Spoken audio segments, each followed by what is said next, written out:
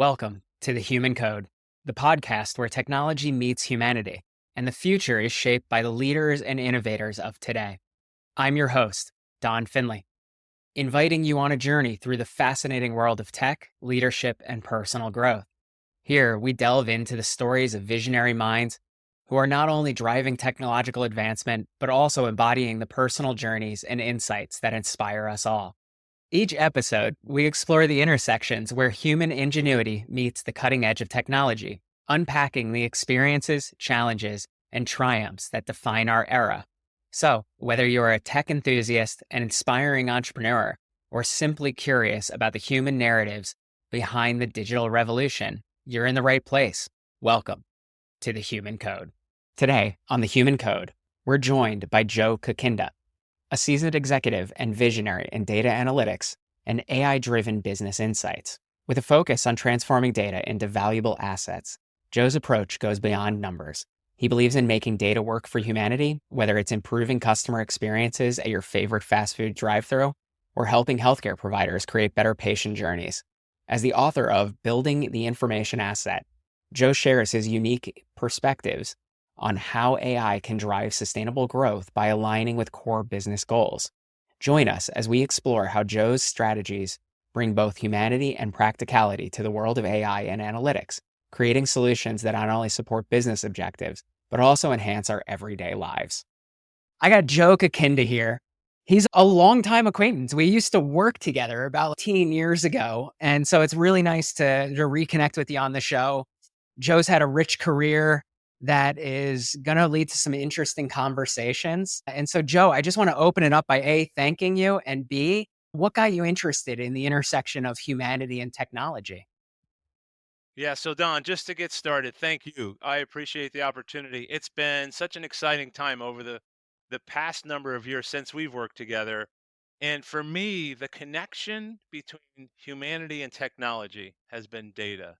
So you'll hear a lot about this, especially from every business and in making investments and trying to figure out how do we help the people in every business to do their jobs better, to be more effective, to help their customers? All of that is humanity. So humanity is driving forward, whether it be healthcare, patient data, it could be retail data with customers, and you go about your day and you buy food and you buy groceries and you do a number of things as a customer in all facets of your life. So the humanity itself is propped up by technology. It's not necessarily the hardware behind the scenes, it's the data that makes that connection. So to me, that's the passion. That's what I love to do. And that's why I've been in this business for my whole career.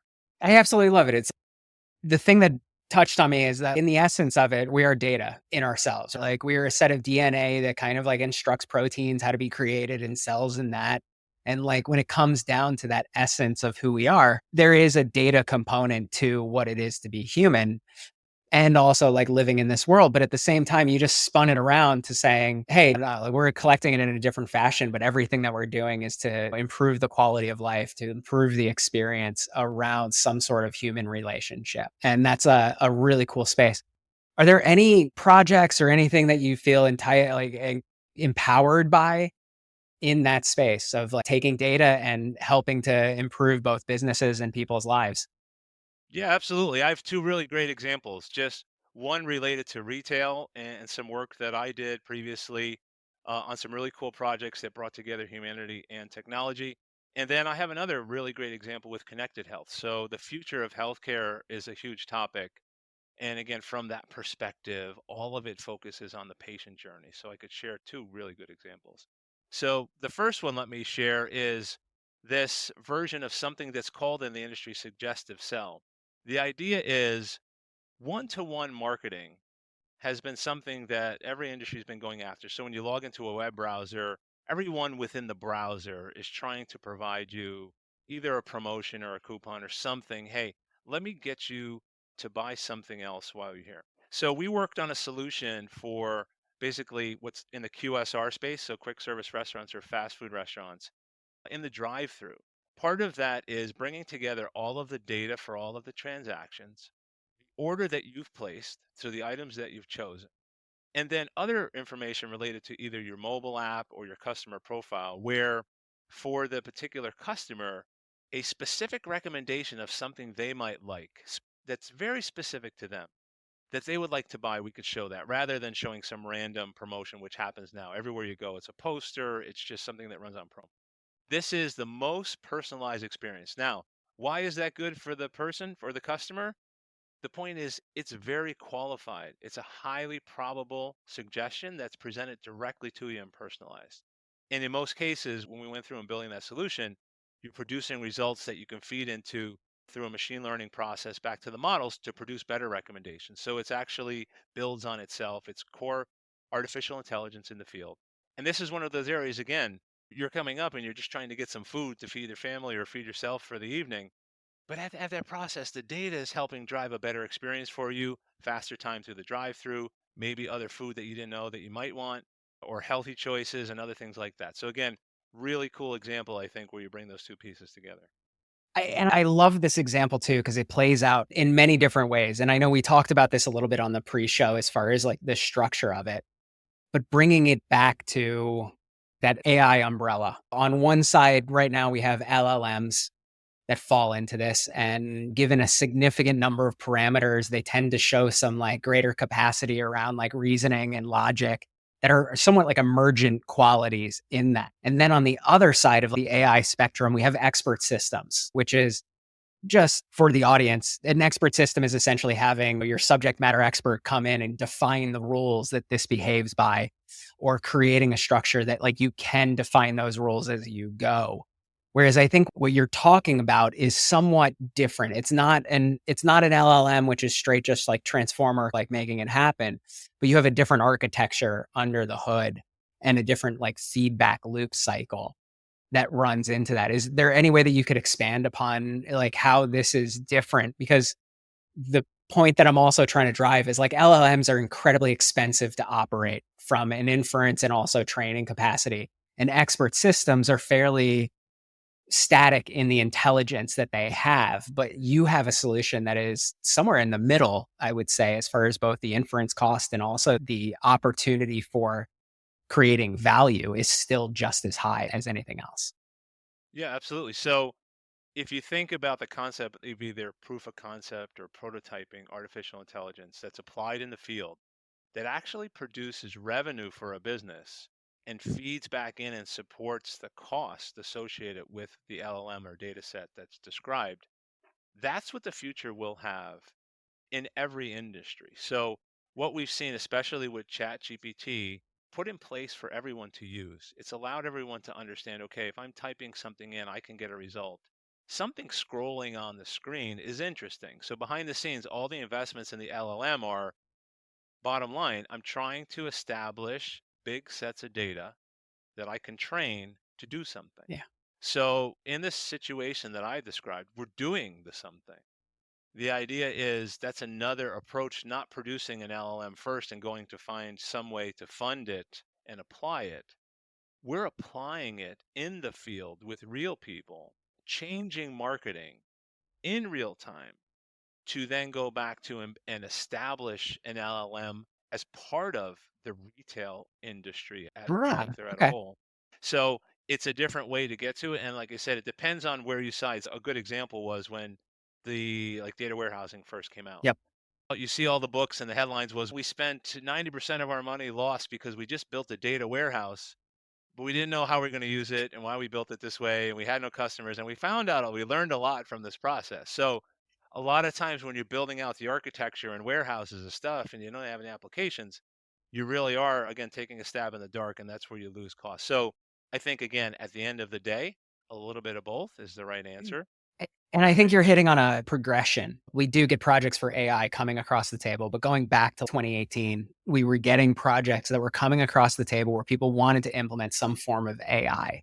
And the rage was basically like long short term LSTMs, like RNNs, CNNs, working in those models of it. But we would always tell people, look, let's take something and get your data pipeline working first so that you can feed the model, knowing what you want to feed it. And then more importantly, though, let's understand the goal that you're trying to achieve. Because no matter what we end up building, what we put in that middle sort of stage, that model itself It could be something that we go and just use AWS Bedrock. It could be something that we build custom. But if you start with Bedrock and it works, well, then keep it. You don't have to make the additional investment.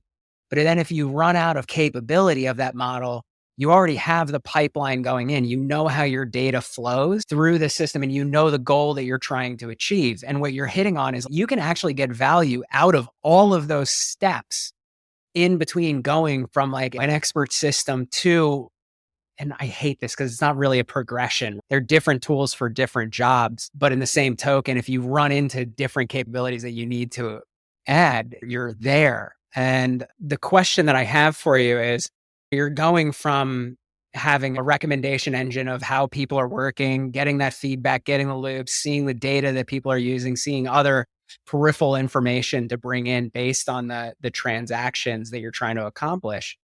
But additionally, you talked about adding LLMs to the solution. Where do you see the consumer's interaction and the business's interaction with these AIs in the next 5 years? Yeah, so I think in this example, just as I described it for you, Yeah. it's if I'm sitting on a computer and I have a screen and I have a browser, that's the known world as we knew it for marketing. The idea was you look at how much analysis about a click and a click through and a click through rate, this whole version of that moment. I will ask you, how much time do you believe that you sit in front of that computer screen? How much time do you sit in front of the next screen? And then how much time do you actually go about your day in a capacity that you're not sitting there? And all of those moments in the future are moments where that data will allow for that one-to-one marketing. So we've talked about retail a lot. So this is the idea of it's food, the grocery store, the pharmacy, all of the doctor's office. So there's all these versions of every industry is looking at you as either their patient or their customer or something. But the idea is for you in the future, AI will be happening. There will be companies building out the core components, like I described this one for suggestive cell, but that will exist in many places. So right now, it's non-existent. Everyone's staring at a screen, they're typing into the screen, all of that, the phone calls and the call centers, and all of this will be able to change. And there will be interactions that you'll be able to have that you won't even know the software's running. So the best applications are the ones where you're not actually having to prompt it, but it's working for you. So I'll leave you with another type of example. So one of the other things which no one sees as part of this, especially with an LLM, you have to sit back and think about the known because the known is what you're looking for going against and the unknown data that's not collected. So I say that, for example, the idea is if you have, again, in an LLM, data that's already collected is what's going to be built in and modeled and managed and then producing. As there are limitations when you're working and you're prompting, whether it's through voice or through typing, in interaction with a data set. The question is what data sets are included? A lot of times the time limit, hey, this is only good as of a year ago. But what about the other data sets that could change specifically the value of what's there and what's collected? So I say that because there's other parts of this to your question of how do I interact with it? Sensors and sensor technology and vision. So the idea is you'll see cameras and things coming up. We have cameras overhead. Another great example, if you've ever been into the Amazon, the new stores they have that are pretty heavily tech, there's no checkout. Yeah. Think about why. Really, is it the checkout that we're trying to help the customer? I say that because if you look up at the ceiling, there's cameras and cameras. And what do you think they're recording? All the data of where you move in the store and how you operate and where you go and all the customer flow and everything. So that's a new set of data. Now think about it in every industry. What if you started to collect data that you never had before that can feed into your models or a broader LLM that's either an industry vertical or specific to your business? It's going to change. That whole dynamic or opportunity changes, I think, for everyone. So everyone that's leading a company today, like the idea is, and you mentioned this, AI is a strategy you need to have. If you're running any business, you have to have a response. What's my strategy? Everyone's gripping at straws because they're transitioning from the way we did business before, but we're in a new world and business is going to change given the fact that, again, data we have, data we can go get and things. And to hit on that point of the data that you now have and how you can improve your decision making ability on it. We briefly touched pre-show about some of the work that I did in the vending industry. And for one of our clients who had, I think they had, it was about 500,000 machines across the nation. And so we stuck our device in there that gave them the information as far as when the machine was working, what it was selling. But then on the back end, we optimized their schedules to say, hey, you only need to visit these machines because they were over servicing some, under servicing others. And when they would leave their warehouse, they would only bring the product that they needed to service those machines that day because we knew exactly what was empty. That allowed that customer to cut down their carbon emissions in that division by a third. They also, instead of rolling around with large trucks, they started going to like larger sprinter vans and further cut their emissions as well. But additionally, knowing when a machine was running out of something and when it was broken so that they could go fix it, increased sales by 20%. And this isn't an AI model that we were using. We were doing really simple kind of like calculations because of how fresh the data was. But that's the power of data and being able to make decisions. And I'm sure that like even squeezing out a couple of percentage points in a business adds to considerable amount of like opportunity and growth for companies that are really moving on a razor's edge of margin. Yeah, that's a great example. And as you describe that, I have that other example too that I can share with you that I think really makes that connection between the humanity and technology, just as we talked about, and you mentioned it with vending machines and retail and restaurants and drive-through and grocery.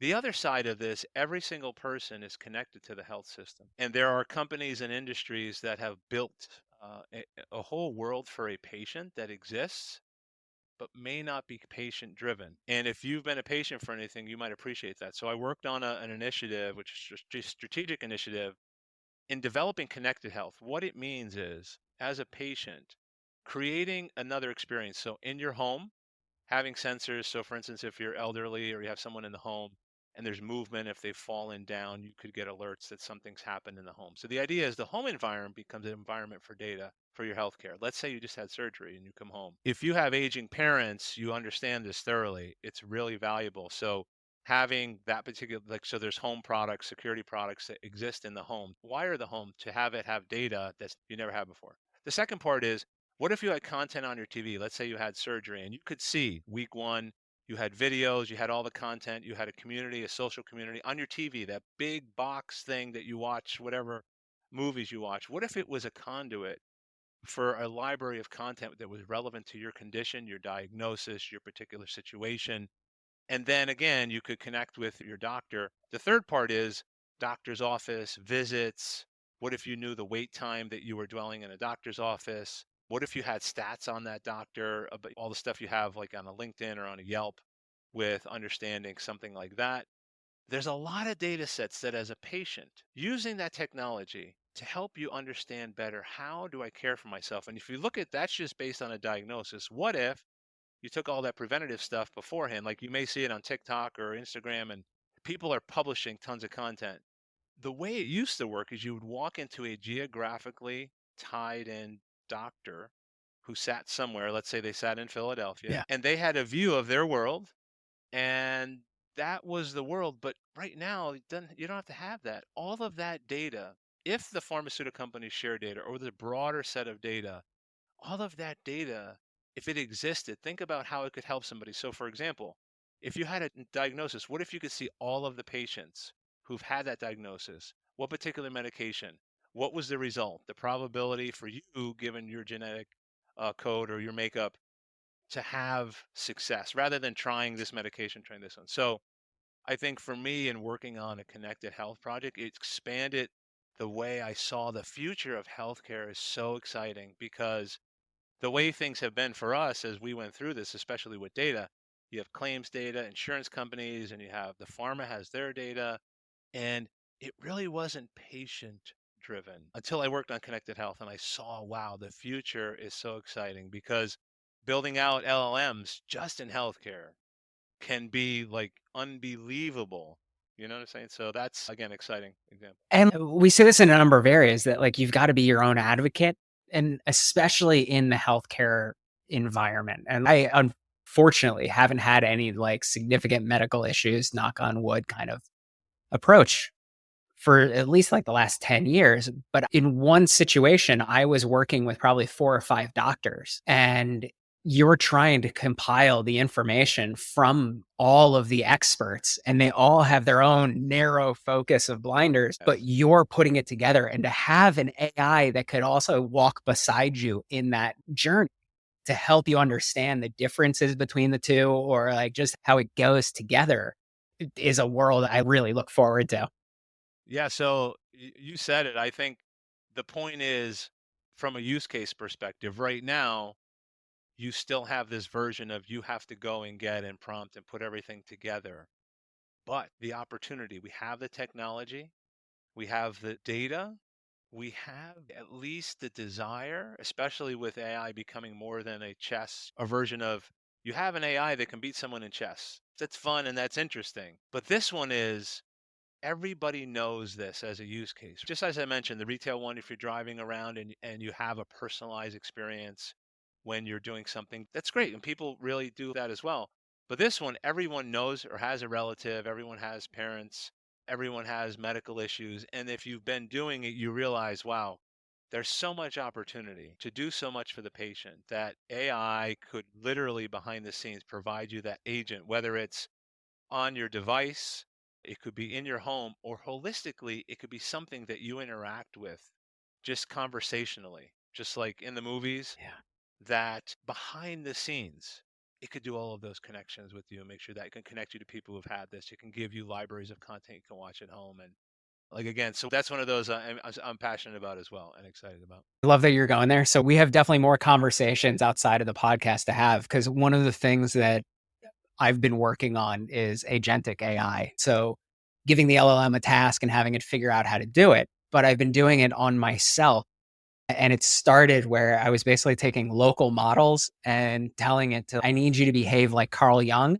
And we're going to talk about my family and Yes, seeing that's like fun. what actually goes from it. But then I realized I could actually create a set of 9 or 10 different coaches as AI. And one focuses on mindset, one focuses on nutrition, another focuses on like working out, sleep analysis, all focused on different areas. And I even have a spiritual one that kind of goes, and then one that helps on aggregating and being the orchestra or the conductor of the experience and working between them. But they all have tools that they go out and can read data sets to Uh, offer suggestions. And I'm building it for me, right? Because it's still in its infancy. But that experience of being able to talk and just say the ideas that I'm having and for it to dictate it and store it and then go back to it and be able to like compile that information along with what's happening in email, what's happening on the calendar, where's my private data set of documents that it can pull from to be like, hey, this is something that you need to be looking at in the near future. It really, it helps to take away some of the complexity of life. yeah. So that's so cool. And just as you said that, even thinking in the example that I shared, so right now, when you go to the doctor, you're going to say, he's, what's wrong? My ear hurts. And if I turn my head like this, my neck, so you're describing something. Then they send you for a blood test. So think about how medieval that is from a data perspective, because the idea is, and you said this, what about your Apple Watch? What about all of the data about you that has to, it's here, fill out this paper form that's melted because it's 400 copies on top of, you go into there, you're like, guys, how far in the past are we living? And I said this, we have the technology, we have the opportunity. And again, I think given what's happening with LLMs, ChatGPT, and the driver of AI being as exciting, if we can get that funding in some capacity, that your data, the two pieces of data which I mentioned earlier, you don't have data about you that's collected. Again, you could see all of your data and you're collecting it on it. Let's say you have your Apple Watch as an example or Fitbit. That set of data becomes part of what you described, Yeah. what you're building. And then the other side, which I mentioned, you don't know about everyone else who is in the same position as you. You could read WebMD and somebody's like, yeah, I had these 4 particular items and it's from 3 years ago. Why is that so distant and obscure. The idea is all of these people, let's just say again, whether it's the state of Pennsylvania, whether it's a population of people that exist in the United States or around the world, what if you personally could know there are 75 people in the past year who have had exactly the diagnosis that you've had, given these particular things? 50% of those people have given this particular medication, 30% of those people have been cured. You could see statistically, wouldn't you just like, listen, I just found out I got this diagnosis. Bam. Here's everything from a data perspective, not from the point of view of a doctor who lives in Wynwood somewhere who's been going there and people like the person. Step back and it's from all of the people who have had a diagnosis, who have tried a bunch of medications from a bunch of pharmaceutical companies, who have produced results. That is possible. And And again, what you just said, it's something that we could do. and I love like the hyper personalization to, hey, here's what's going on for you. And I get my vitamins from a company called Viome. Okay. You send them blood, stool, saliva, and they basically analyze the entire digestive tract of what's going on in your body to basically say, hey, here's the foods you should be eating, and here's the foods that you shouldn't be. And it was so shocking as far as what I thought was a superfood was actually detrimental to me. And like being able to like make those determinations for what is it about you specifically that can actually help you in this case, not just like what, like you said, the guy in Wynwood who's been serving that population forever. And it's not even possible to stay up to date on all the fields of general practice that kind of are moving. And so we now have the data sets to offer this up in a new way of both preventative and also like aftercare for any diagnosis. That's really cool. Yeah. So you touched on another point again, as we talked about, there's the first part of a conversation that we discuss. And then once you talk about it, the second part, which you said prevention, just as you described it, the idea is everyone walks around trying to figure out what to eat. So again, same concept. You go to the doctor and they're like, hey, your cholesterol's high. Why couldn't there be? Because that data exists. Like, here's the diet. You can actually have your favorite, whether it's Whole Foods, drop the stuff off at your house. You can have the medication, the food, but you go about it like, let me go and find out what other people have tried. Let me get tests. You're looking for a prescription of what you should eat.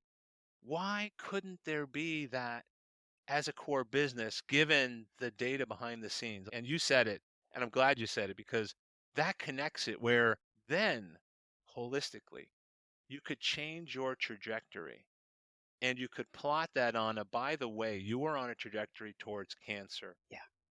Given your genetic makeup, everybody in your population who is eating these foods, and it could tell you, here's your prescription to stay away from a diagnosis. That's the end state. And again, I hope that as this stuff becomes funded and these political barriers can get broken down, that the patient can become the core of that. Yeah. And you could connect those two pieces because, as we talked about, that's definitely one of the most exciting areas of, I believe, applying this the technology and humanity, and think about the comfort that you can provide humanity. Think about all that you can do for every single family on the planet at some point if this stuff comes together. It's not buying and selling TVs or something. This is real. It connects And a person. that's what I love is this opportunity for us to shift how we're actually living. Because you look at any metric that we have to measure what the population is, and they're either flatlining or going down. The average lifespan of an American now has actually decreased over the last year or 2 years or since COVID. I can't quite recall when that decrease actually happened. But then also for at least the last decade, we've had job satisfaction is in the garbage. Like people are miserable at their jobs, and that doesn't seem to be changing. The other stat that I saw yesterday was in the last 5 years, depression and anxiety have quadrupled in the male population. And there's trends that I think we can reverse by becoming more patient focused, by becoming personalized to people. But additionally, we're seeing it in the use of like LLMs and like chatbots in the corporate space. Microsoft was saying that 90% of people reported a higher job satisfaction when they were allowed to use LLMs in their space. Now, you also look at this from like a productivity standpoint. The individual numbers on productivity outside of a specific use case aren't there yet, but we are seeing higher job satisfaction. So that's like a nice move in the direction of being able to apply yourself to this, having a counterparty. I always describe it as having a really knowledgeable intern that will basically able to grab any information that you possibly can. But at the same point, like you need your intelligence to be applied to these situations. What I love about what we've talked about today is that it's all been incredibly positive. It's all been about finding new use cases for how we can apply these technologies into these spaces. For anybody that's just getting started on this path of understanding data or getting involved with creating their own AI strategies, any recommendation that you have for people in that capacity, whether it's new in their career, old in their career, looking at running the company, like and making investments on that side, or in general, just love to hear your parting words on this. Yeah, absolutely. As one of the most valuable ways for me personally to understand and at least experience something is to do it. And as part of Chat GPT and everything that's happening from that seed that's been started, it's and getting involved in doing. So going online, getting involved with all of that is a really critical part. So another example I've shared with people, if you've never done an online game where you're virtually playing a video game with other people, World of Warcraft or Fortnite or all these games, it seems, again, for our generation, may seem like something that's not worth any of your time. But part of you understanding data and seeing how a world is brought up from nothing and then created through animation changes your perspective. So engaging in something like that's very useful.